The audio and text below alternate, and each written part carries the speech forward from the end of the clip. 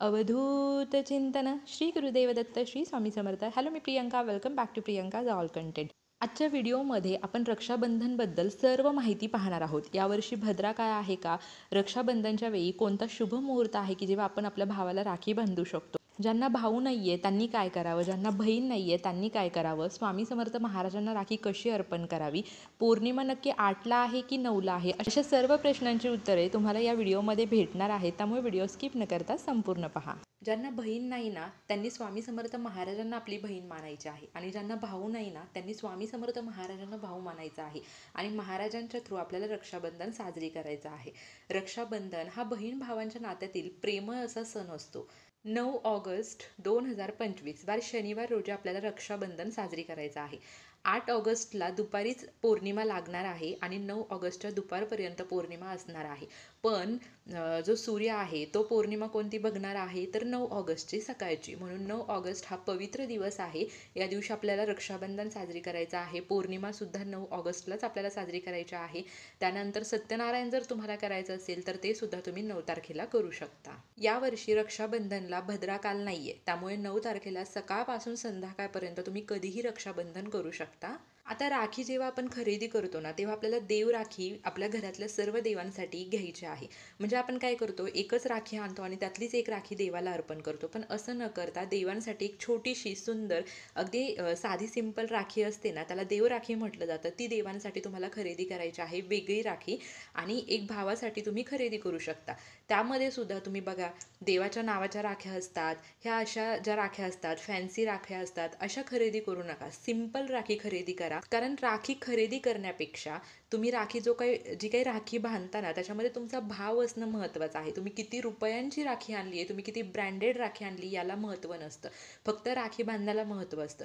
पहिल्या काही काय व्हायचं की राखी बांधल्यानंतर पोळ्यापर्यंत ती राखी काढली जात नसायची. आता काय होतं की राखी बांधली की लगेच दुसऱ्या दिवशीच राखी काढली जाते, मग आणि ती कुठेतरी फेकून दिली जाते. मग असं करण्यापेक्षा सिंपल साधी राखी तुम्ही आणा. तुमचा भाव जास्त महत्त्वाचा आहे.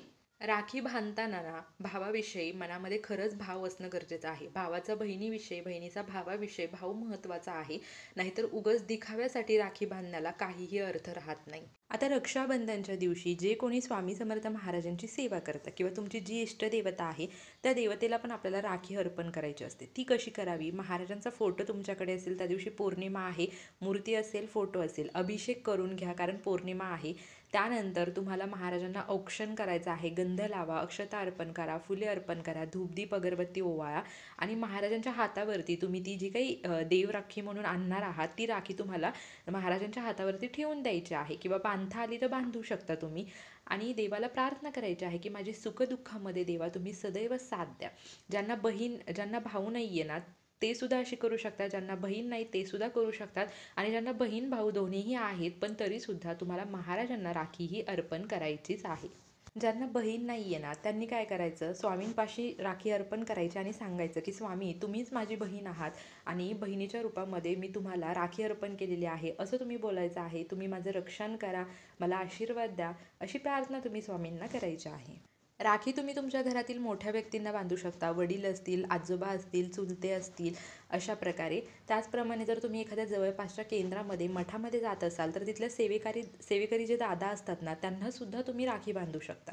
मनात कसलाही किंतु परंतु न ठेवता तुम्हाला रक्षाबंधन साजरी करायचं आहे, कारण भद्राकाल वगैरे काहीही नाही आहे. कसल्याही गोष्टीचा विचार न करता तुम्ही पूर्ण दिवस 9 तारखेला सकाळपासून रात्री 12 वाजेपर्यंत रक्षाबंधन साजरी करू शकता. शनिवार आहे, आता बऱ्याचशा जणांच्या मनात येईल की शनिवारी, पण असं काही नाही. आपल्या हिंदू धर्मामध्ये प्रत्येक सणाला विशेष महत्त्व आहे. मग तो शनिवारी जरी आला तरीसुद्धा आपल्याला साजरी करायचा आहे. तुम्ही राखी कोणालाही बांधू शकता. त्या ऑफिसमध्ये आहात तिथल्या कलिग्सना तुम्ही राखी बांधू शकता, कारण कोण कधी आपलं संरक्षण करेल ना हे आपण सांगू शकत नाही.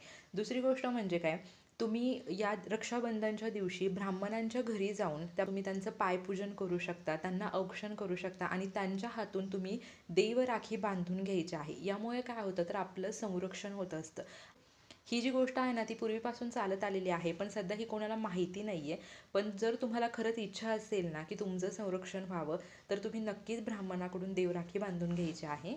आपल्या भावाला यश मिळावं, मान मिळावा, सन्मान मिळावं, कीर्ती मिळावं, त्याची उन्नती व्हावी, प्रगती व्हावी, त्याचप्रमाणे त्याला चांगलं आरोग्य मिळावं आणि त्याच्या सर्व इच्छा पूर्ण व्हावं, ही प्रत्येक बहिणीची इच्छा असते. आणि त्यासाठी रक्षाबंधनच्या दिवशी मी तुम्हाला काही सेवा सांगणार आहेत. या सेवा आपल्याला आपल्या भावासाठी करायच्या आहेत. आपल्या भावासाठी तुम्ही या दिवशी व्यंकटेश स्तोत्राचं पठण करा, श्री सूक्तचा पाठ करा, पुरुष सूक्तचा पाठ करा. बघा, सेवा केल्यामुळे याचा जो आशीर्वाद आहे तो आपल्या बहीण भावाच्या नात्यावरती तर मिळणारच आहे, पण आपल्या भावाची प्रत्येक गोष्टीत प्रगती होणार आहे आणि त्याला यश मिळणार आहे. आणि आपल्या कुठल्याही बहिणीला आपल्या भावाची प्रगती झालेली आवडत असते आणि त्याला सगळं चांगलं मिळावं असं प्रत्येक बहिणीची इच्छा असते. आणि त्यासाठी तुम्ही भावासाठी नक्की रक्षाबंधनला या सेवा करा. जसं बहिणीने भावासाठी सेवा करायच्या आहे, तसं भावाने आपल्या बहिणीचं आयुष्य वाढावं, तिच्या मनोकामना पूर्ण व्हाव्या, आपल्या भाऊ बहिणीचं नातं चांगलं टिकावं, कायमस्वरूपी ते प्रेमाने भरलेलं राहावं आणि आपलं प्रेम वाढत जावं, यासाठी व्यंकटेश स्तोत्र, पुरुष सूक्त, श्री सूक्त याचा पाठ भावाने सुद्धा करायचा आहे आणि बहिणीने सुद्धा करायचा आहे. सकाळी 6 वाजल्यापासून रात्री 12 वाजेपर्यंत तुम्ही रक्षाबंधन साजरी करू शकता. त्यामुळे जर तुम्हाला काही खोटे मेसेज पडले असतील की यावेळी भद्रा काय आहे किंवा तुम्ही या टाईममध्ये राखी बांधायची नाही आहे, तर असं काहीही नाही आहे. तुम्ही स्वामींचं नाव घ्या आणि रक्षाबंधन साजरी करा. होपसो तुम्हाला सर्व माहिती आवडली असेल, तर नक्कीच व्हिडिओला लाईक करा, सर्वांसोबत शेअर करा. कमेंटमध्ये श्री स्वामी समर्थ लिहायला विसरू नका. Shri Swami Samarth. Bless you all.